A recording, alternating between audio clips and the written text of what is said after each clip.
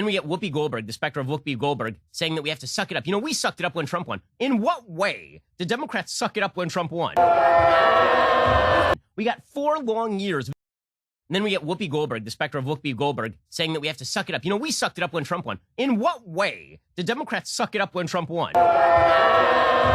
We got 4 long years of you whining that Trump wasn't the actual president of the United States. Not hashtag not my president.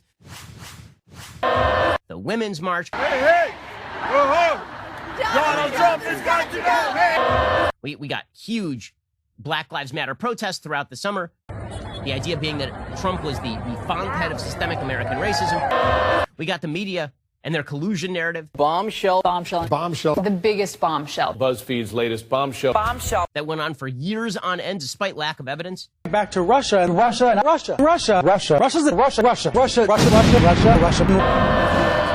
We got an impeachment. At what point did Democrats actually come to terms with the fact that Trump had won? They never came to terms. I mean, obviously, I can beat him again, but, you know, just... But spare me, like, really, all of this stuff is just... Ugh. All these people who are unwilling to accept the results of election now going, you know, you guys, you got to grow up. I'm not willing to hear that from you. I'm sorry, Wuppi Goldberg. I think you have no leg to stand on here. Here's Wuppi Goldberg. When you know who was elected 4 years ago, you know, Hillary Clinton didn't say, hey, wait a minute, this doesn't feel right, stop the count. Trump knows he's an illegitimate president who got illegitimate foreign help. She didn't say, this isn't right, I'm not going for it. She didn't say any of that. So all of you, suck it up. Suck it up like we sucked it up. And if you are not sure that you're comfortable with Joe Biden, do what we did.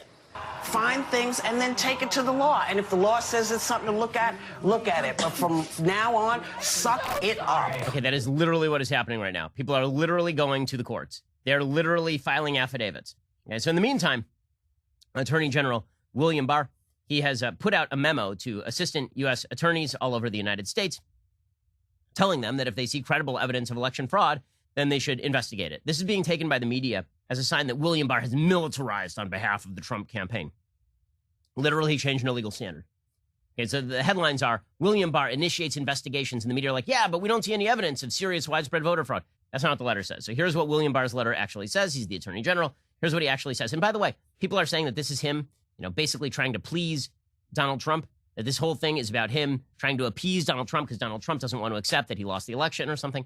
What if the reason that William Barr is doing this, I mean, here's a possible take. What if the reason William Barr is doing this is because, number one, there may actually be credible allegations of voter fraud out there that are worth investigating, and two, if there are not, it is good for the DOJ to be on record saying that they were investigating those things so people feel more safe and secure after the election is over. Did it ever occur to anybody that the reason this process exists is so that when the election is over, people at least are able to point to the court cases and to the investigations and say they came up empty? Right? It turns out that the Mueller investigation, it was bad and it was badly predicated, but the Mueller investigation did justify Trump's claims that there was no collusion. Made it very difficult for Democrats to claim there was collusion.